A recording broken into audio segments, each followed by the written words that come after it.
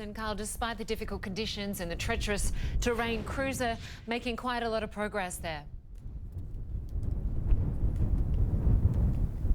Yeah, absolutely, Lynda. I think also what is important to point out is that some of what the French prosecutor has said, and he is the lead investigator in this accident, some of what he has said about the timeline of the last moments of that flight do not necessarily correspond with what the Bild report says. Certainly the French prosecutor suggests that the passengers on that plane only knew that the plane was going down instants before it crashed and not minutes. That perhaps could give a little consolation to some of the families. Something else that's likely to give consolation to the families down here at the staging zone for the recovery operation is that the French prosecutor says between 70 to 80 remains have now been identified. Now, given the rugged terrain that that plane crashed in, that really does seem to be very fast progress, taking into account that the only way you can get into that area right now is by helicopter.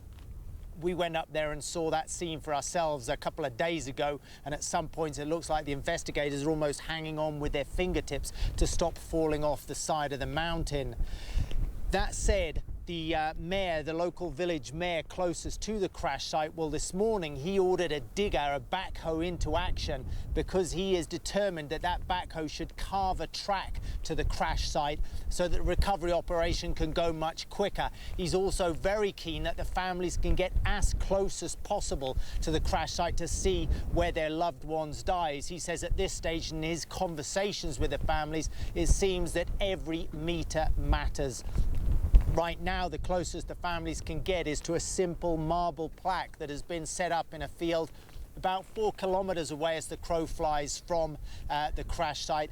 And it's there where the grieving families, hour after hour, are coming to. It's there, too, that we had the chance to talk to the sister, the younger sister of an Iranian sports journalist who died in that crash. Her name, Mashid Islami. It was her brother Milad who died in the crash.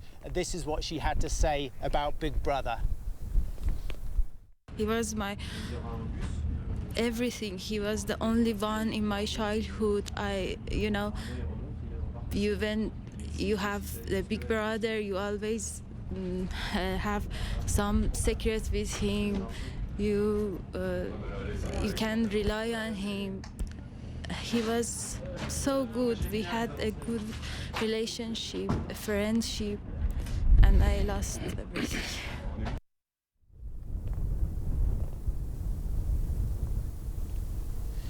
Now, Mashid, at the end of that interview, just turned around and with a hand pointed up to the mountains, and she said, "Milad, my brother, he's now the king of the Alps."